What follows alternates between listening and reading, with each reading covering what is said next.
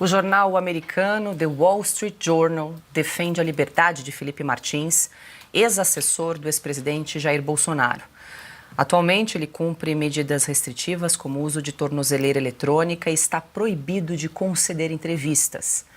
Martins é acusado de integrar o núcleo jurídico da suposta trama golpista e teria ajudado na elaboração de uma minuta para manter o então presidente Jair Bolsonaro no poder. O editorial do jornal destaca erros graves nos registros do Departamento de Alfândega dos Estados Unidos, usados pelo Supremo Tribunal Federal como base para a prisão. A defesa já havia comprovado fraudes nos dados, confirmadas pelo depoimento de um ex-embaixador que afirmou que Felipe Martins não embarcou no avião presidencial depois das eleições de 2022. O jornal pede que Donald Trump inicie uma investigação transparente sobre como esses registros falsos foram divulgados em um site oficial. Piotr, é muito importante, a gente inclusive coloca na tela ali os dois registros de entrada de Felipe Martins, né, o verdadeiro ali, de setembro, que foi a última entrada Sim. do Felipe nos Estados Unidos, e o do dia 30 de dezembro, um registro que ele, uma viagem que ele nunca foi, inclusive com erro na grafia do nome do Felipe Martins. Mas, Piotr, da importância desse editorial do jornal The Wall Street Journal, a Mary O'Grady, colunista do jornal, Sim. sempre muito atenta aí às questões da América Latina e do Brasil. O caso do Felipe Martins é um símbolo, nós falamos muito aqui, mas quando ele bate nos Estados Unidos, quando ele repercute por lá, tem um peso muito maior. A gente está falando de Lei Magnitsky, vale lembrar, Sergei Magnitsky, advogado na Rússia, e o caso foi levado aos Estados Unidos e a Lei Magnitsky, então, foi criada pelo Congresso americano. Então, é importante a gente fazer essa conexão e o caso do Felipe Martins chamar a atenção internacionalmente.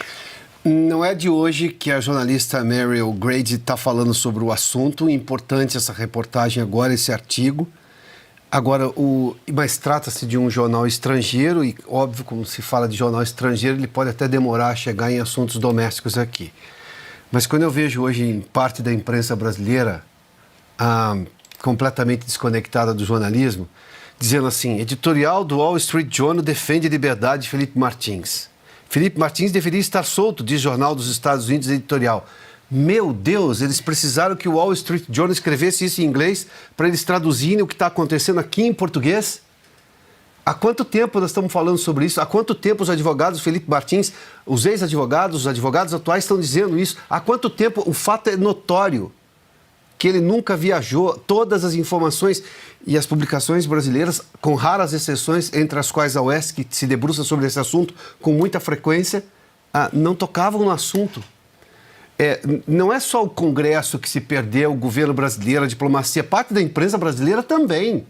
Isso aqui é um fato doméstico da nossa vida, da nossa liberdade, do não seguimento de devido processo legal, de não direito à ampla defesa, de abuso judicial contra uma pessoa, da mão pesada do Estado, amassando essa pessoa.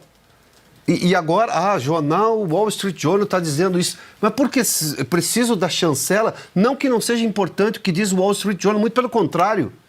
A gente está querendo que mais gente diga isso em qualquer lugar do mundo e mais gente vai dizer isso em qualquer lugar do mundo. Mas eu não preciso da chancela, esse fato é aqui. Agora, os americanos sim podem aplicar a lei Magnitsky porque é uma prerrogativa da legislação deles e as razões são muito claras, direitos humanos. Nós temos aqui, o caso do Felipe Martins é um deles. Olha o que estão fazendo com esse rapaz. Olha o que fizeram com o Clesão, por exemplo.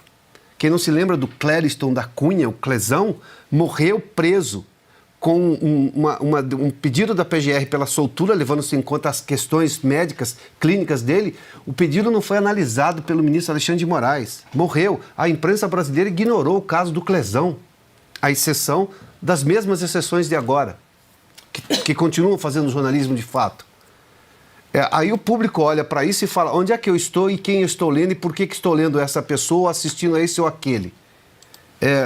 Óbvio que você tem elementos, inclusive para a aplicação da tarifa de 50%, porque como na conta final da balança os Estados Unidos são superavitários em relação ao Brasil, a aplicação de taxa por esta razão Ela não se justifica, embora na carta o presidente Donald Trump tenha alegado ali as questões não tarifárias, ou seja, as sanções, os problemas não tarifários que tiram a capacidade dos Estados Unidos de exportarem mais para o Brasil. Né? Tem análise disso e daquilo, passa por agências brasileiras, essas questões todas, né? Mas o fato é que nós temos uma série de exemplos aqui de perseguição. E o caso do Felipe envolve um assunto de segurança interna dos Estados Unidos, como a gente já citou isso por várias vezes. Imagina se os Estados Unidos não levarem isso até o limite, que é a lei, e punir exatamente os responsáveis. Que recado os americanos passariam a todos os terroristas do planeta? Vai pelo Brasil que você consegue um passaporte para entrar nos Estados Unidos, mesmo escrevendo o nome errado. Imagina, não é impensável que isso vá acontecer. É impossível que isso vá acontecer. E isso, obviamente, passou por alguém aqui do Brasil que achou que isso daria certo. Não deu. Agora, nós temos, neste momento, uma pessoa, um brasileiro, um civil brasileiro, punido abusivamente pela justiça, apesar de todas as evidências. O ônus da prova foi invertido, ele teve que provar que ele não fez alguma coisa, que na verdade era o Estado que tinha que provar que ele fez algo errado. Mesmo assim, ele provando que ele não fez aquilo que se denunciava acerca dele, continuou preso. 6 meses, se não me engano, em regime fechado, com todas as pressões que eu vi, olha, vai levar para uma cela comum, toma cuidado, não sei do quê. Ele não aceitou ser um dedo duro, não aceitou ser um delator, porque não tinha nada a dizer, não fez, e agora persiste essa coisa das medidas que são aplicadas eventualmente no caso de não prisão, que é tornozeleira, essas coisas todas. Ainda assim é um preso, não tem liberdade, não pode se comunicar com todo mundo que ele queira. Mas, de novo, nossa, agora que saiu no Wall Street Journal, parte da imprensa brasileira, eles precisam aprender língua portuguesa. E eu vi bem, entende língua portuguesa porque o caso está aqui. O que foi para lá foi traduzido do inglês e agora foi do inglês para o português de novo. Precisa desse tempo?